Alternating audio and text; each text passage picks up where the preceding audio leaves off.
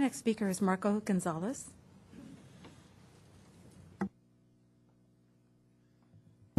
Thank you, Honorable Mayor, members of the Council. Marco Gonzalez, Coast Law Group, 1140 South Coast Highway 101. Today, you're asked to make a policy decision. It's not a legal one. It's wholly within your discretion to do it or not. But looking at a majority of the Council who call yourselves self-proclaimed fiscal conservatives, I have to wonder why you would even consider doing this. Now, it's always interesting for me to hear these agreements play out decade later. Because we are oftentimes the folks standing before you at the time that the deal is made saying this is risky or you shouldn't do it or you're handing over too much to the developer. But here, it's essentially one of those we told you so moments where the complex structure that was put in place was potentially untenable and has proven to be problematic. But I have to default to some fairly simple concepts that I deal with every day in my life. I have a mortgage. The golf course has bond debt. I sometimes take out a line of credit on my home. It's a loan. Sometimes I have HOA fees. That's a CFD repayment. We have very analogous things that we deal with every day in our lives. The difference is ERGA has this unique relationship with the city that acts as a safety net.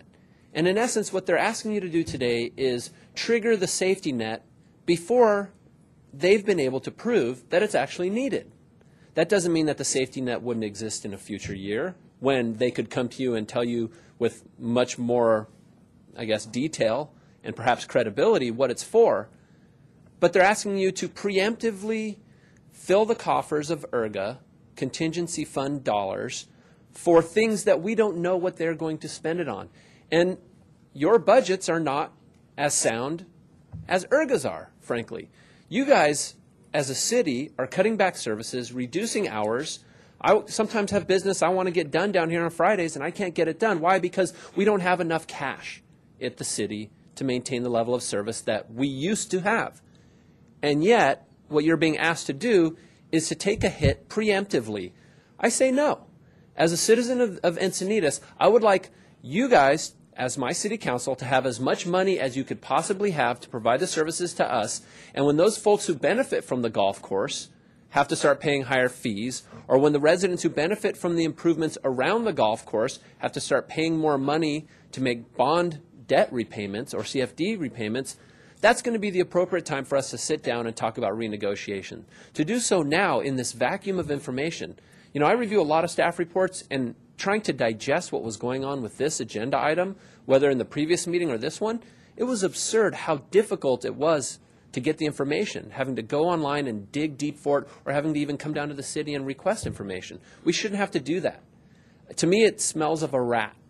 And I hate to put it in those terms because I have no reason to believe that Carltus is trying to do anything nefarious, but what we do know is developers sometimes go out of business, Barrett, American, folks in this city.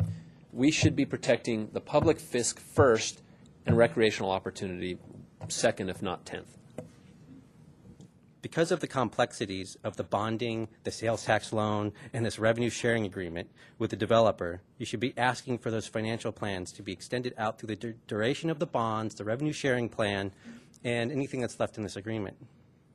If you were running a business, that's what you would do. I'm going to suggest that the council does one of two things.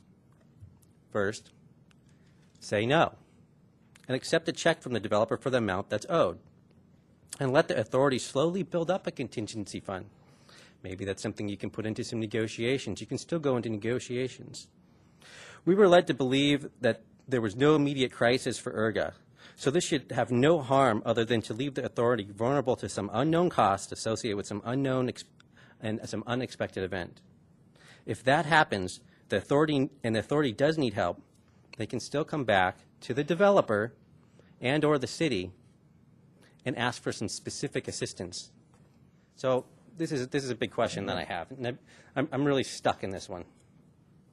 Why build a reserve fund to cover unexpected costs instead of paying bills that are due now?